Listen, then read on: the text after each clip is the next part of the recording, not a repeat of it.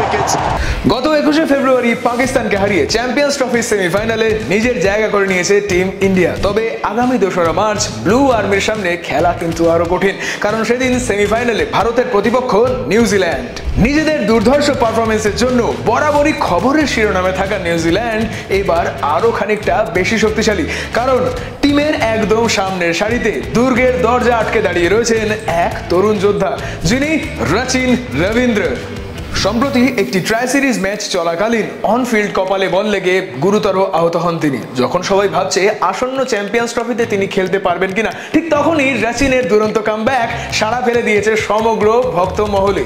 ICC champions ট্রফির মতো under pressure ম্যাচে রাওয়ালপিন্ডির মাটিতে বাংলাদেশের বিপক্ষেই নিজের ডেবিউ ম্যাচে সেঞ্চুরি হাঁকান তিনি।